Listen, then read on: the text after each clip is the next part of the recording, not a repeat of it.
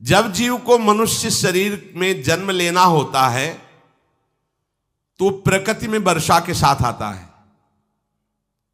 प्रकृति में वर्षा के साथ आया और फसल में मूली, गाजर, गेहूं, अन्न, इनमें वो जीव प्रवेश करता है और उसे माता पिता दोनों पाते हैं। तो सप्तम धातु वीर के रूप में परिणित होता है जीव। वो वीर कण के रूप में माता के उदर में जब प्रवेश करता है तो एक रात्रि में मां का और पिता का, दोनों का वो जो वीर मिलता है, उस रज और वीर के मिलने से एक कलल सा बनता है। 5 रात्रि व्यतीत होने के बाद एक बुदबुदा सा बनता है। 10 रात्रि व्यतीत होने के बाद एक बेर की सी आकृति होती है। फिर उसके बाद उसमें धीरे धीरे मांसपेशियां बढ़ने लगती हैं। 1 महीने में उसके सिर निकल आता है, 2 महीने में हाथ पांव अंगों का विभाग होता है, तीसरे महीने में नख, रोम, अस्थि, चर्म, स्त्री पुरुष के चिन्ह प्रकट हो जाते हैं, 4 महीने में मांसादि 7 धातुएं प्रकट हो जाती है, 5वें महीने में चेतना जागृत हो जाती है। जैसे अपने चेतना, ऐसे 5वें महीने में गर्भस्थ शिशु की चेतना जागृत हो गई। जीव है पर चेतना 5 महीने बाद मां के गर्भ में जागृत। अब उसे भूख लगती है, प्यास लगती है, वहां की तापमयी जलन, पीड़ा, छोटे छोटे कीड़ों के द्वारा काटना, 6ठे मास में झिल्ली से लपटा हुआ मां की दाहिनी कोख में कीड़े की तरह तड़पता है। उस समय माता को कड़वे और खट्टे पानी की लालसा होती है, जिससे उसके अंगों में जाकर भयंकर जलन होती है। यह है भोग। वो कृमि कीड़े की तरह तड़पता है। मलमूत्र के गड्ढे में बीच में झिल्ली में बंधा हुआ वो जीवात्मा सुकुमार तो होता है, वहां के कीड़े उसे नोचते हैं छोटे छोटे, वो तड़पता है। माता प्रसन्न होती कि जब बच्चा हिलता है, बोले है उसकी दुर्गति हो रही, वहां भयंकर कष्ट पा रहा है। ऐसा क्लेश होता है कि क्षण क्षण में बेहोश होता रहता है। माता के खाए हुए कड़वे, तीखे, गरम, नमकीन, रूखे, खट्टे, यही पदार्थ पाने की इच्छा होती है माता, क्योंकि उसको भोग भोगना है। उसके कोमल शरीर में भयानक पीड़ा होती है जब माता ऐसे पदार्थ खाती है। गर्भाशय की झिल्ली में लिपटा हुआ, आंतों और मलमूत्र से घिरा हुआ सिर, पेट की और पीठ और गर्दन, ये कुंडलाकार ऐसे कंकण जैसा, ऐसी आकृति गर्भस्थ शिशु की होती है। पिंजड़े में बंद पक्षी के समान पराधीन, ना तो वो हिल डुल सकता है ना बोल सकता है, बड़ा असमर्थ दुख को भोग रहा है, चेतना पूरी है। इसी समय भगवान द्रवित होकर उसे ज्ञान देते हैं, गर्भस्थ शिशु को, सबको। जे उसे ज्ञान होता है तो सैकड़ों जन्म के कुकर्मों से याद आते हैं, सैकड़ों जन्म के। ओहो, ये मेरे कर्म का ही फल, मैंने ऐसे कर्म किए इसलिए ये दुख भोग रहा हूं। बेचैन हो जाता है, कैसे निपट पाऊंगा, सैकड़ों जन्म के कर्म जमा है। अब महान अशांति उसके हृदय में, उस शरीर में भयंकर पीड़ा। कुंडलाकार शरीर है, हिल भी नहीं सकता है, बस कीड़े काटते, बड़ी तड़पन, बड़ी जलन, भूख प्यास की जलन। अब एक और भयानक जलन हुई, उसे स्मरण हो जाता है कई जन्मों के, सैकड़ों जन्मों के पाप कर्मों का। 7वां महीना आरंभ हुआ कि ज्ञान का उन्मेष हो गया। अब प्रसूति वायु उसे चला रही है, तड़पता है वो। सप्त धातु में स्थूल शरीर से बंधा हुआ वो जीव भयभीत होकर के पुकारता है, अगर कोई भगवान है तो एक बार मुझे यहां से निकाल दे। वो विनय करता है भगवान से, कोई अगर भगवान है जिसने मुझे इस बंधन में डाला है, एक बार निकाल दे, यहां से जाके केवल भजन करूंगा। जीव कहता, जंतुरुवाच तस्योपशन्नमवितुम जगदिच्छयात् नाना तनोर्भुवि चलच्चरणारविंदम सोहम ब्रजामि शरणम रकुतो भयम में येने दृशी गतिरदर्श सतोनुरूपा। हे प्रभु, मैं बड़ा अधम हूं। ये ज्ञान भगवान की तरफ से गर्भस्थ शिशु को होता है। देखो, स्वयं वो इतना कष्ट पा रहा है, फिर जब आप गर्भ हत्या करते हैं तो आपका पाप कितना बड़ा होगा, सोचो। सब माताओं से विनय है, संयम से रहो, सावधान रहो। ये हत्या ऐसी नहीं कि तुम्हारे दान पुण्य से क्षमा हो जाएगी। ये जो भ्रूण हत्या है, गर्भ हत्या है, बहुत बड़ा पाप है। आप लोग अज्ञान के कारण इसको ध्यान नहीं देते, इसे खिलवाड़ समझते हो। कितना ज्ञान है। बेटी ही मां है, बेटी ही बहन है, बेटी ही पत्नी बनती है, बेटी ही किसी के जीवन को धारण करने वाली बनती है। और आपने गर्भ में देख लिया बेटी है, तुम स्वयं मां होकर उसका साथ दे रहे हो, उसका नष्ट करने के लिए। हमारी तो बात ही समझ में नहीं आती, क्या बुद्धि भ्रष्ट हो गई। अगर पुरुष का इतना महत्व है तो बेटियां ना हो तो तुम्हारी कौन सी गति होगी, सोचो जरा। जीना मुश्किल हो जाएगा तुम्हारा। तुम पुरुष किस काम के रह जाओगे। तुम्हारा अर्धांग काट दिया जाए तो तुम कैसे होगे। ये स्त्री स्वरूप अर्धांग है। जिस घर में मां बहन नहीं है, स्त्री स्वरूप नहीं, स्मशान जैसा वो होता है। ध्यान दीजिए, ये बहुत बड़ी गलती है जो अपनी बेटियों की हत्या करते हैं। और ये वो पाप है जो अक्षम्य अपराध है। स्त्री हत्या करना शास्त्रों में बहुत बड़ा पाप कहा गया है। फिर वो तो बच्चा है, बिल्कुल नहीं। जिनसे हो गया है, श्रीमद् भागवत का सप्ताह मूल संस्कृत से सुनो और भगवान से प्रायश्चित प्रार्थना करो कि हे नाथ, भूल से गलती हो गई, दूसरा कोई उपाय नहीं। ध्यान से समझ लीजिए, तुम्हारे भ्रूण हत्या गर्भ हत्या के पाप को नष्ट करने में एकमात्र श्रीमद् भागवत समर्थ है, दूसरा कोई नहीं। कोई दान पुण्य तीर्थ स्नान तुम्हें क्षमा नहीं कर पाएगा। यह ऐसा महापाप है। अगर हृदय में जलन करके और मूल संस्कृत के द्वारा पूरी 7 दिन में भागवत श्रवण की जाए नियम से, तो भागवत समर्थ है, इस हत्या के पाप से भी आपको मुक्त कर देगी। जिनके ऐसे हत्या हो गई हो करवा लो, नहीं तो बुद्धि आगे भ्रष्ट करके तुम्हें हरि गुरु से विमुख कर देगा। ये पाप ऐसा नहीं कि तुम्हें 2-4 माला घुमाने से क्षमा हो जाएगा। ये महत अपराध है। सबकी समझ में नहीं आता, समझ जाओ, नहीं तो आप जहां भी हो वहीं से भ्रष्ट कर देगा। ये अपराध नष्ट नहीं होगा, श्रीमद् भागवत की कृपा से नष्ट हो जाएगा। यह हमें बहुत विश्वास है। श्रीमद् भागवत सप्ताह की यह है ही महामहिम। प्रेत योनि को प्राप्त धुंधकारी को सीधे भगवत पार्षद स्वरूप देकर परम पद में आरूढ़ कर दिया। केवल 7 दिन की मूल संस्कृत एक भी श्लोक नहीं छूटना चाहिए। अगर सप्ताहिकी का पारायण हो तो इस भ्रूण हत्या गर्भ हत्या से भी निवृत्ति मिल जाए।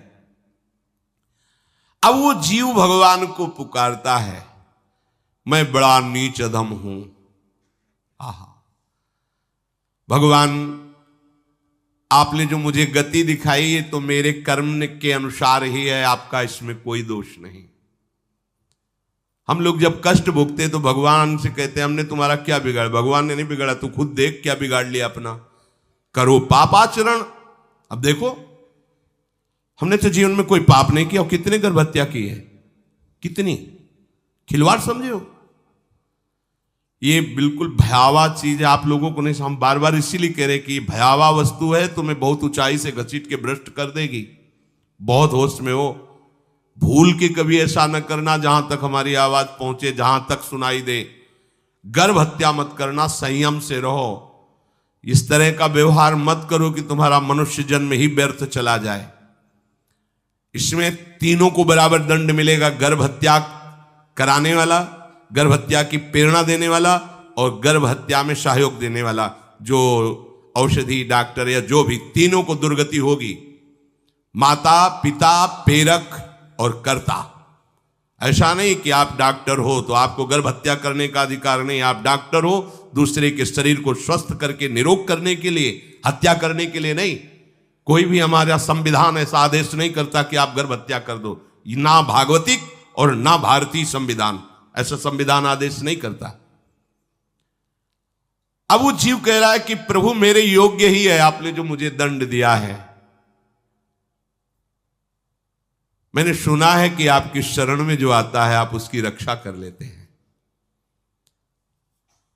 आपकी जो शरण में हो जाता है वो इस भूमि पर, भारत भूमि पर, विश्व पर निर्भय विचरण करता है, कोई उसे भय नहीं प्रदान कर सकता। प्रभु मैं इस माता के उदर में माया का रहस्य न जानने के कारण ऐसे कर्म किए कि मैं आ गया हूं, बहुत दुख पा रहा हूं। हे निर्विकार अखंड बोध स्वरूप परमात्मा, मैं बार बार नमस्कार करता हूं। प्रभु मेरे ऊपर कृपा कर दो, एक बार इस गर्भ से निकाल दो, मैं यहां से बाहर जाकर आपका निरंतर भजन करूंगा।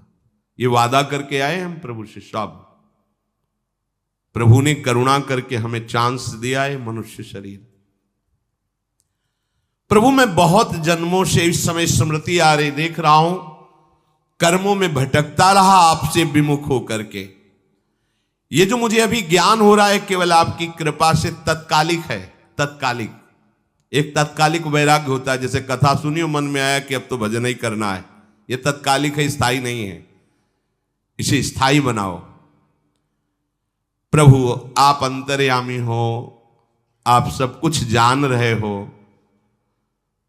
तीनों तापों की शांति के लिए भक्तजन आपका भजन करते हैं। मैं देहधारी होकर जीव माता के उदर में मलमूत्र से रुधिर की झिल्ली में फंसा हुआ माता की जठराग्नि के ताप से जल रहा हूं। प्रभु एक एक क्षण में यहां विकल होकर केवल इंतजार कर रहा हूं कि किस समय मुझे यहां से निकाला जाएगा। दीन बंधु यहां से कब मैं निकलूंगा। स्वामिन आप बड़े दयालु हो। आप जैसे उदार प्रभु ने मुझ गर्भस्थ शिशु को ये ज्ञान दिया। हे दीन बंधु आप अपनी कृपा से प्रसन्न हो जाइए। प्रभु एक बार निकाल दीजिए, मैं ऐसा भजन करूंगा कि दोबारा संसार के दुख में नहीं आऊंगा। कपिल भगवान कहते हैं, हे माता, वो गर्भस्थ बालक शिशु भगवान से प्रार्थना करता है, भगवान का आदेश होता है, तत्काल प्रसव वायु धक्का मारती है। जे ही प्रसव वायु धक्का मारती तो उसको ऐसा भयंकर कष्ट होता है, जैसा पीछे लिखा है कि जैसे जिंदा किसी की चमड़ी उतारी जाए, ऐसा मां के गर्भ से निकलते समय उसे कष्ट होता है। वो अत्यंत कष्ट से व्याकुल होता है। उसी समय उसका वो ज्ञान नष्ट हो जाता है जो भगवान ने दिया था। उस समय उसकी श्वास की गति रुक जाती, जैसे किसी का गला दबा दिया जाए तो कैसा लगेगा। ऐसे ही पूरी की पूरी भागवती की स्मृति नष्ट हो गई। होश आया तब देखा कि वो बाहर पड़ा हुआ है, माता के उस मलमूत्र में सना हुआ बिष्ठे की कीड़े की तरह। गर्भवास में जो दिव्य ज्ञान प्रकट हुआ था भगवान की कृपा से, वो सब नष्ट हो गया। भूमि परत भा ढाबर पानी, तिम जीवे माया लपटानी। चेतन आई तो रोने लगा। वो ज्ञान कहां गया, वो ज्ञानदाता कहां गया। वो कहता कहां कहां, बोले थाली बजाओ बच्चा हुआ है। और वो तो रो रहा है कि कहां, वो ज्ञान कहां गया जिसके बल से मैं कह रहा था कि बाहर निकाल दो, मैं आपका भजन करूंगा। सब खत्म ज्ञान। जो लोग उसका अभिप्राय नहीं समझते वो उत्सव मनाते हैं। बालक हुआ है, वो रो रहा है, वो कहां गया ज्ञान, कहां कहां कहां। छोटा बालक यही रोक कहता कहां। अभी जो ज्ञान उत्पन्न हुआ था, जो अभी भगवान का बोध हुआ था, वो कहां गया, कहां गया। घर परिवार के लोग उसका पालन पोषण करते रहते हैं, उसमें कोई निषेध करने की शक्ति नहीं हो रही। मच्छर काट रहा है, दुख हो रहा है, हटा नहीं सकता बालक। उस जीव को शिशु अवस्था में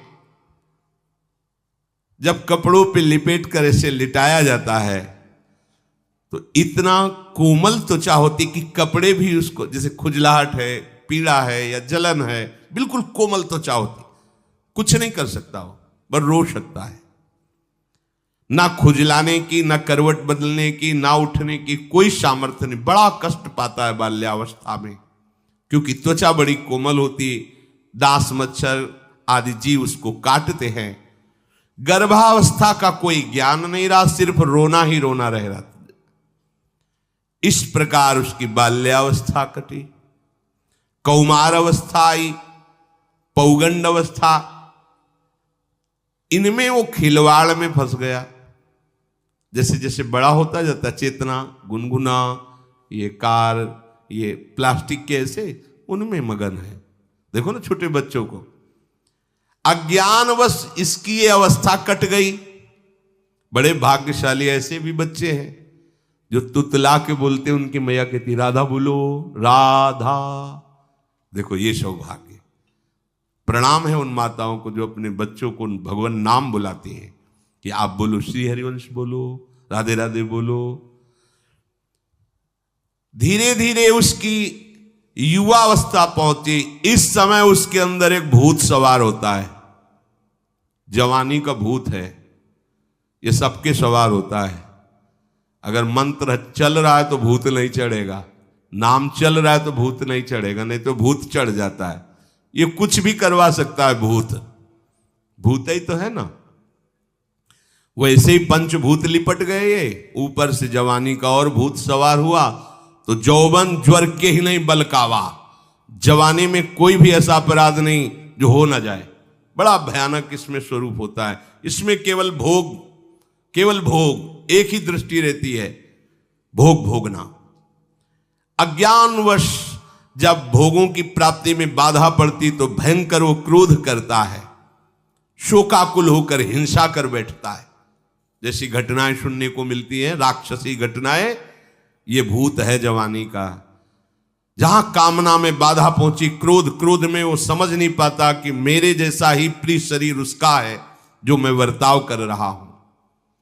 सदेहेन मानेन वर्धमानेन मन्युना करोति विग्रहम कामी कामेष्वंताय चात्मनः। जैसे जैसे देह बढ़ता जाता है, पुष्ट होता जाता है, वैसे वैसे भोग वासना और अभिमान बढ़ता जाता है। वो काम परवश होकर अपना नाश करना शुरू कर देता है। यौवन, वो फिर खोटी बुद्धि वाला वैसे ही पाप करने लगता है जिन पापों के कारण उसकी दुर्गति हुई थी नरक आदि की, और मां के गर्भ में आया था। देहाभिमानवश निरंतर मैं करूंगा, मैंने भोगा, मैं वो भोगूंगा।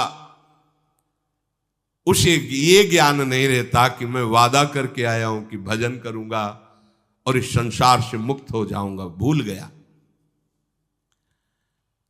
इसी शरीर से उसको फिर भयंकर कष्ट भोगने पड़ेंगे। इसी का नाम संसार चक्र है। अगर कहीं उसे सत्संग मिल जाए, सन्मार्ग में चल दे, तो माया भेजती है दो प्रकार के लोग उनको भ्रष्ट करने के लिए। एक जिह्वा रसेंद्री को और एक उपस्थेंद्री जनेंद्री के भोगों का समागम भेजती है। फ्री भोगो, ध्यान रखना, शास्त्र है, सत्य एक एक अक्षर है। जब किसी को सत्संग मिल जाता है तो सत्संग का प्रभाव होता है भगवत मार्ग में रुचि पैदा करना, प्रभु अच्छे लगना, प्रभु का नाम जप करना, सत्य मार्ग में चलना। जब तुम सतमार्ग में चलोगे तो दो प्रकार के लोग भेजे जाएंगे। बढ़िया हलवा, बढ़िया खीर, रबड़ी, लो प्रभु, पाव, आरोगो, रसेंद्री और फिर जनेंद्री। फ्री, कोई परेशानी नहीं, भोगिए आप। फिर वो ऐसे विषयी पुरुषों का संग करके वैसे ही पहले की तरह फिर पाप करने लगता है। बहुत होश में, बहुत होश में। इनको ऐसे लोगों का संग कराया जाता है जिससे सत्य, शौच, पवित्रता, दया, संयम, लज्जा, क्षमा, यश, मन इंद्री का संयम, ये सब सद्गुण नष्ट हो जाएं, ऐसे लोगों का संग कराया जाता है। ऐसे लोग बहुत हैं, वो आपको पैसा खर्चा करके वो आपको भोग दिलाएंगे। भोगो भैया, आप इनके लिए नहीं भगवत मार्ग में आए हो, आप प्रभु की प्राप्ति के लिए आए हो। बचो, सावधान हो। ये देखो शास्त्र कह रहा है, रसेंद्री और जनेंद्री दो की सुविधा देने वाले लोग मिल जाएंगे। अत्यंत शोचनीय, मूढ़, देहात्मदर्शी ऐसे असत पुरुषों का संग करके भ्रष्ट हो जाता है। अच्छा, वो आग लगा दिए, वो चल दिए, फिर नहीं देंगे। कुछ लोग ऐसे होते हैं कि 10 दिन अपने पैसे से आपको नशा करवाएंगे, फिर इसके बाद तुम्हें उनके पैरों में गिरना पड़ेगा, फिर मांगने से भी नहीं देंगे, पहले फिर ही देंगे। आदत बिगड़ गई। ऐसे लोग मिलेंगे, मुस्कुराएंगे, हंसेंगे, आपको गले लगाएंगे, आपको लगेगा जीवन का सार मिल गया, फिर इसके बाद जूते चलाएंगे, गली में नहीं देखने देंगे। अब तुम्हारी वृत्ति बिगड़ गई, तुम उधर ही ताको, होश में, होश में। इस जीव को किसी और के संग से ऐसा बंधन, ऐसा मोह नहीं होता जैसा कामिनियों के संग से होता है। भगवान कपिल देव जी कह रहे हैं, न तथास्य भवेन्मोहो बंधश्चान्य प्रसंगतः योषित संज्ञाद यथा पुरुषो यथा तत्संग संगता। कामी पुरुषों का, कामिनियों का संग जैसा परमार्थ भ्रष्ट करता है, वैसा और किसी से नहीं हो सकता। इसलिए तुम इतना अपने को मत साधक समझ लो कि हमारा कौन बिगाड़ सकता है। उदाहरण में दे रहे, प्रजापति स्वाम दुहितरम दृष्ट्वा तद्रूप धर्षितः रोहित भूताम शोनवधा वृक्ष रूपी हतत्रपहा। स्वयं प्रजापति भगवान ब्रह्मा जी ने अपनी पुत्री को जब देखा, प्रसंग आता है, सरस्वती जी, बहुत सुंदर सरस्वती जी है, तो अपने को संभाल न सके। उनके रूप, लावण्य और यौवन के स्वरूप को देखकर भगवान ब्रह्मा जी आकर्षित हो गए। इसलिए दूसरों की तो बात ही क्या है, हम सब ब्रह्मा के ही बनाए हुए हैं, वो आकर्षित हो गए। इसलिए बलम में पश्चिमाया स्त्री मैया जैनो दिशाम या करोति पदाक्रांतान भूर्विजंभेण केवलम। हे माता, मेरी माया का बल देखो, जो अपने पैरों से विश्व को कुचल सकते हैं, ऐसे दिग्विजयों को अपने पैरों के नीचे कुचल दे, वो मेरी माया है। देखो, बलम में पश्चिमाया स्त्री मैया जैनो दिशाम, जो 10 दिशाओं पर विजय प्राप्त कर सकते, उनको भी घुटने टिकवा दे, ये मेरी माया है। संगम न कुर्यात् प्रमदा सुजातु योगस्य पारम परमारुरुक्षु मत्सेवया प्रतिलब्धात्म लाभो वदन्ति या निरय द्वारमस्य। श्री भगवान कह रहे हैं, अहो मेरी इस माया का बल देखो। इसलिए जो मेरे को प्राप्त करना चाहता है, योगारूढ़ होना चाहता है, भजन में आगे उन्नति चाहता है, उसे चाहिए जो तुम्हें भ्रष्ट करने के लिए इशारे करे, चाहे स्त्री हो चाहे पुरुष। तजिए ताहि कोटि बैरिशम यद्यप परम सनई। वो मित्र नहीं, वो माया के द्वारा भेजा हुआ दूत है। चाहे कोई भी हो, होश में तुम समझते हो कि बाजी जीत गए, भाग्य खुल गए, तरस रहे थे भोगों के लिए, मिल गए भोग। अरे नारकी गतियों से बचने के लिए तुम्हें अवसर मिला था, फिर नरक जा रहे हो।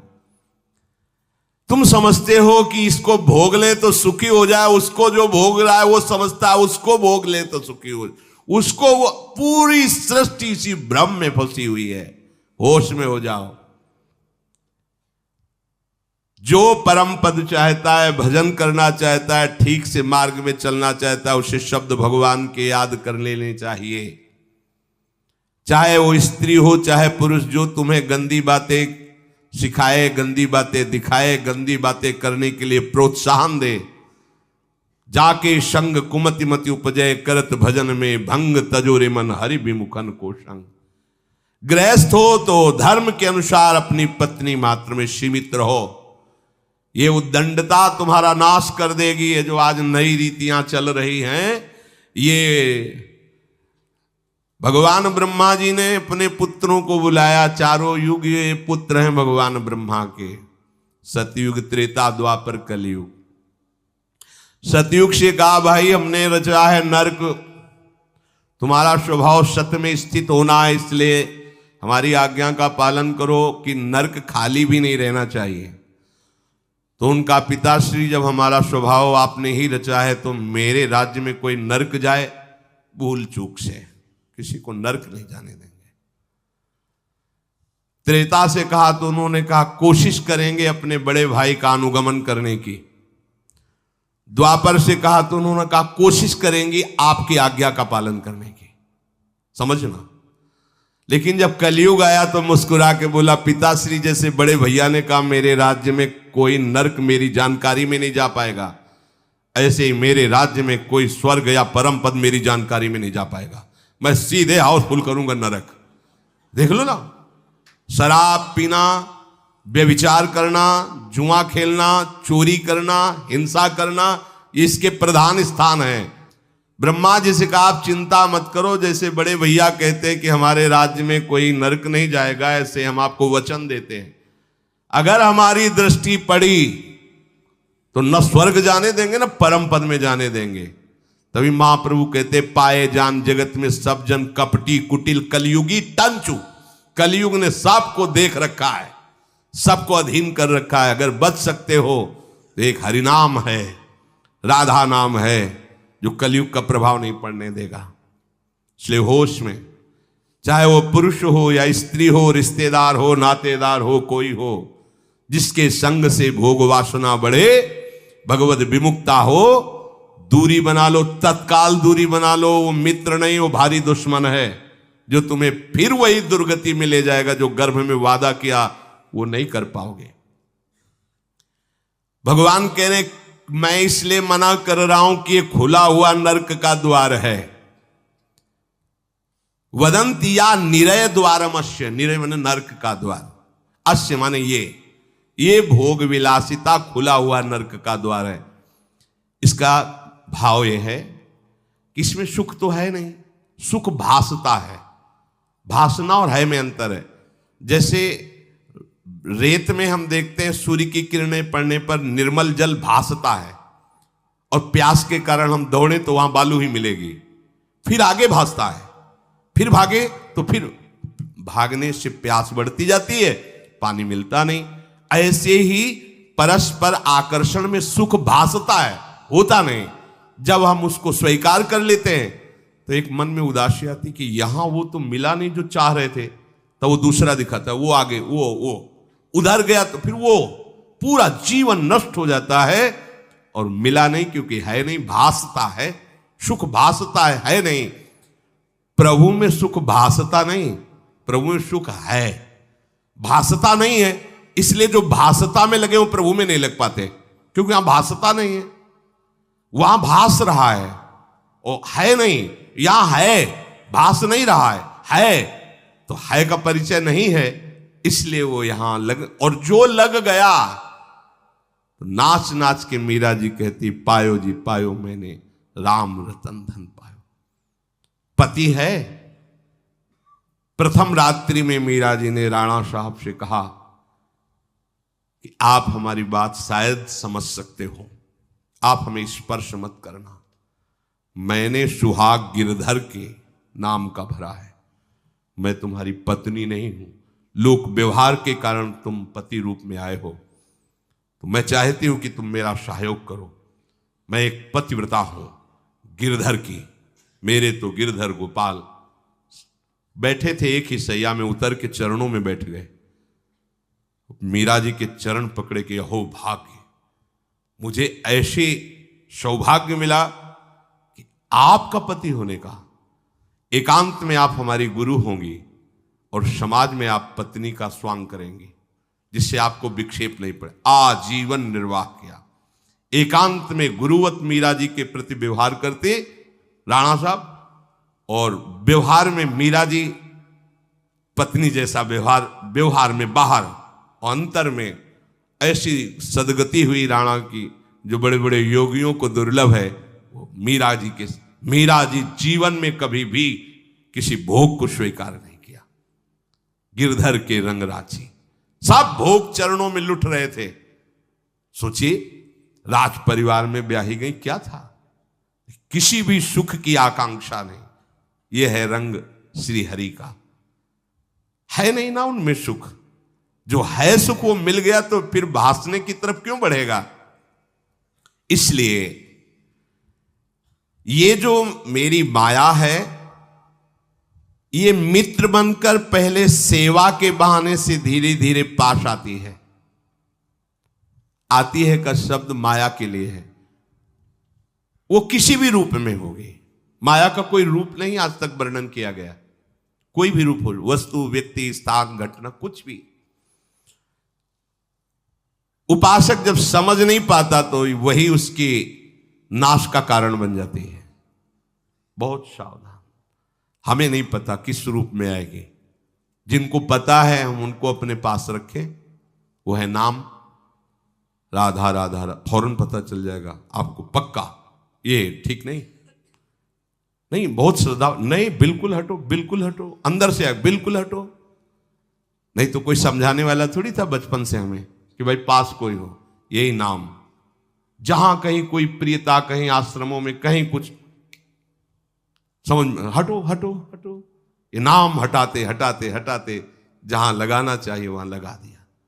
नाम अगर है अंग रक्षक तो तुम्हें माया से बचाता रहेगा। क्योंकि जिनकी माया है उन्हीं का नाम है। वो खूब अच्छे से जानता है, माया को पहचानता है। नाम आप नहीं पहचानोगे पक्का, क्योंकि वो बाहर से ही नहीं आती, वो अंदर से भी आती है। ये सब माया के ही पार्षद है। मन बुद्धि चित्त अहंकार सब माया में है। नाम चलेगा तो अंदर और बाहर दोनों जगह सुरक्षित रखेगा। पकड़ लीजिए। वो तिनके में ढके हुए कुएं के समान होती है। पता नहीं चलता कि कितना गहरा कुआं है। ऊपर से तिनके से ऐसा लगता भूमि, जो पैर रखा गिर गए कूप में, अब निकल नहीं सकते। जब मेरी माया में आसक्त हो जाता है तो अंत समय फिर उसी माया का स्मरण आता है। वही सब मैं और मोर तोड़ते हैं।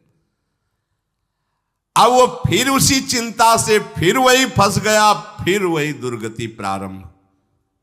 तो हे माता, जो हरि से विमुख हैं उनका ये चक्र चलता रहता है। पुनरपि जननम पुनरपि मरणम पुनरपि जननी जठरे शयनम। इसलिए मुमुक्षु उपासक को चाहिए कि ना कोई भय स्वीकार करो, डरो मत माया से। देखो भगवान के वचन, ना किसी के सामने दीन हो। भक्ति की दैन्यता अलग है, विषयों की दीनता नहीं। ये साधु में कभी नहीं हमने देखा, किसी भी साधु में ये नहीं। साधु है ये नहीं होगा जब मर जाए पक्का। और साधुता नहीं है तो फिर इतना ही है, फिर और रही क्या गया है। फिर साधुता में ये तो नहीं होता पक्का। हम कहते हैं बहुत हजारों संतों से मिले, ये नहीं होता। अरे रिद्धियां सिद्धियां मारी घूमती पीछे, वो हाथ फैलाएंगे।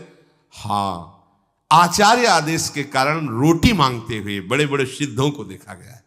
टुकड़े रोटी के मांगने, आचार्यों का आदेश है। भिक्षा औषधम अन्नम, भिक्षा रूपी अन्न रूपी औषधि से उदर पोषण करे, ऐसा आचार्य। चाहे वो भगवान शंकराचार्य हो, चाहे आप प्रेम के उपासक हो। भूख लगेगो मांग खाऊंगो, गिनो न सांझ सवेरो, ब्रजवासिन के जूठ टू करो, घर घर छाछ महेरो, ऐसो कब करी हो। बस साधु 30 मिनट के लिए केवल भिक्षुक बनता है और 23.5 घंटा के लिए बादशाह रहता है। मिले तो ना मिले तो बस भिक्षा बादशाह। जाय न चाहे कबो कछ तुम सन सहज सने, बसो निरंतर तासुर सुराउर निजगे। साक्षात भगवान हृदय में खेलते रहते हैं। दीनता नहीं होनी चाहिए।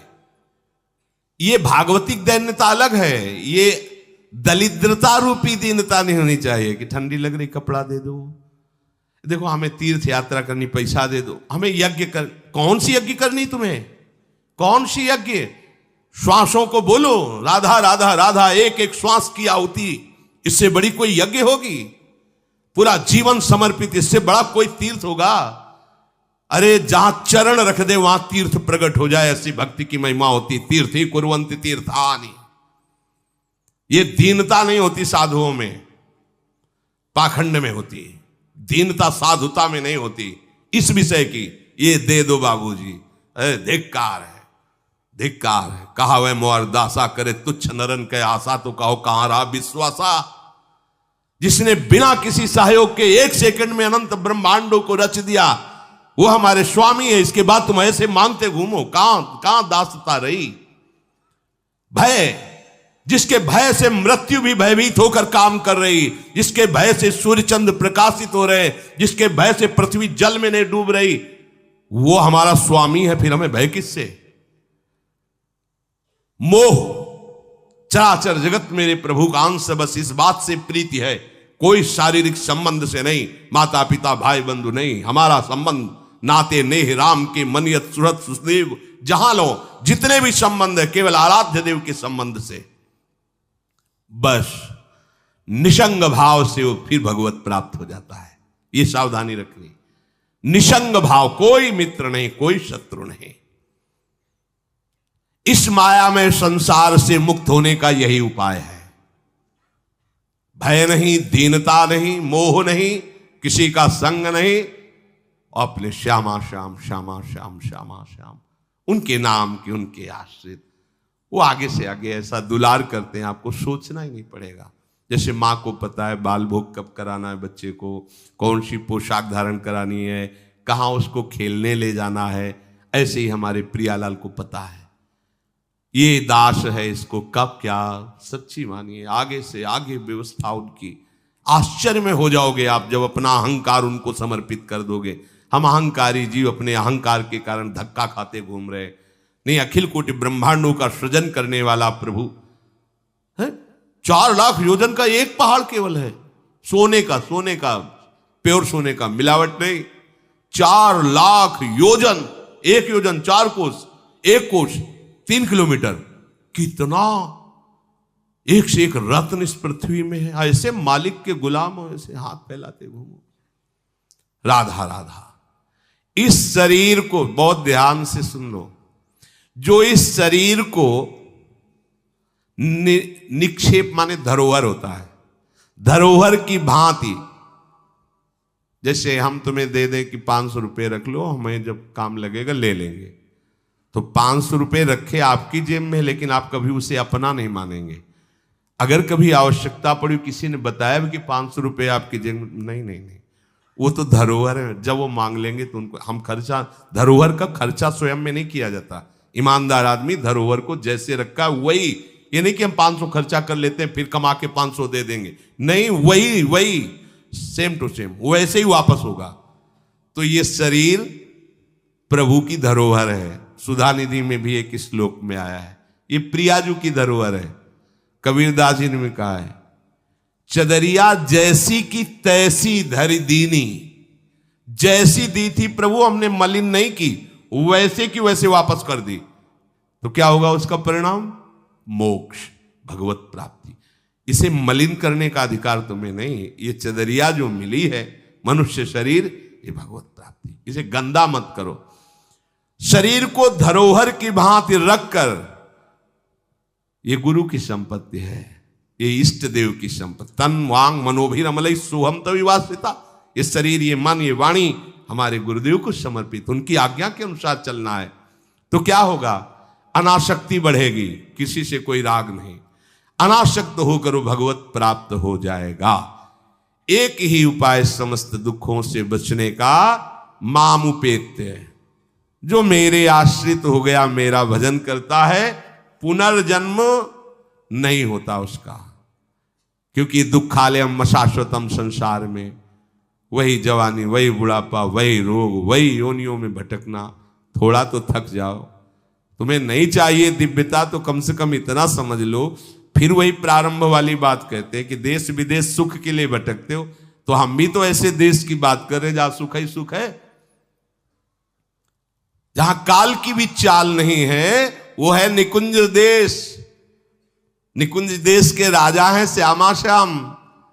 चलो ना वहां, राधा राधा रूपी धन कमाओ, यहां किसी से व्यवहार न करो, प्रेम का व्यवहार भगवत समर्पित करो, राग द्वेष का व्यवहार मत करो, तो इसी जन्म में ये कर्म परंपरा खत्म हो जाएगी। पता नहीं कौन कौन सी योनियों में हमें जाना पड़े मां के गर्भ में। इसलिए भाई ये आखिरी जन्म होना चाहिए, ऐसा कर लो, ऐसा धन कमा लो जो तुम्हारे साथ चले, वो है राधा नाम। अब जीवन में धोखा ना होने पावे। सबसे प्रार्थना है बच जाओ, आगे और कलयुग भयानक रूप लेके आएगा, आपसे भजन नहीं होगा। अभी देख लो, न खान पान पवित्र है, न संग पवित्र है, न दृश्य पवित्र है, आगे तो और भी।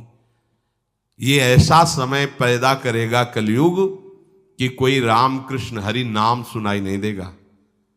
भा भ्रष्टाचारा सब संसारा धर्म सुने नहीं, कहीं स्वाहा स्वधा तो खत्म होता जा रहा है। देख लो, पहले यज्ञों की भरमार होती थी, कहां यज्ञ हो रहे हैं। ऐसे ही अभी सत्संग सुनने को मिल रहा है। कितने जगह सत्संग होता है, भगवत प्राप्ति का कितनी जगह सत्संग होता है, खोज लो आप पूरे भारत में। कितनी जगह शुद्ध शास्त्र सम्मत भगवत मार्ग की बात मिलेगी। कितने नाम जापक रह गए हैं। वास्तविक आगे चल करके आपको सपोर्ट ही नहीं मिलेगा भक्ति का। जैसे अभी डरने लगे कि अगर तिलक लगा के जाएंगे तो ऑफिस वाले क्या कहेंगे, स्कूल में तो कंठी और तिलक ही नहीं धारण करने दिया जाता। बच्चे कहते हैं, घर में कहते हैं तुम सुहागवती हो, कंठी तो विधवा धारण करती हैं। कैसा दुर्बुद्धि घर वाले। और ठाकुर सेवा ये तो विधवाओं का काम होगा। सच्ची सौभाग्यवती वही है जिसने ठाकुर सेवा स्वीकार कर ली। सच्चा मंगल सूत्र कंठी ही है जिसने हरि का पहन लिया। कैसी मंद बुद्धि है लोगों की। ऐसी मतलब सौभाग्यवती भी कंठी पहन सकती हैं, तो हमें लगता है इससे बड़ा दुर्भाग्य क्या होगा, हम इसे सौभाग्य मानेंगे। राम हरि कृष्ण बोल न पावे, कंठी न धारण करे, रज न धारण करे और उसे सौभाग्यवती, तो कौन सा सौभाग्य। मरण धर्मापति, कुछ दिन में वो भी मरेगा, फिर बनना क्या बनना। न भजन लायक रह जाओगे, न संसार लायक रह जाओगे। प्रार्थना मान लो, थोड़ा कड़ुआ लगेगा लेकिन बहुत मीठा है परिणाम इसका। यत अग्रे विस्मयो परिणामे अमृतोपमम। जिसमें शुरुआत विष जैसी लगे उसका परिणाम अमृत में होता है। खूब भजन करो और इसी जन्म में श्री जी को प्राप्त करो। श्री राधा वल्लभ।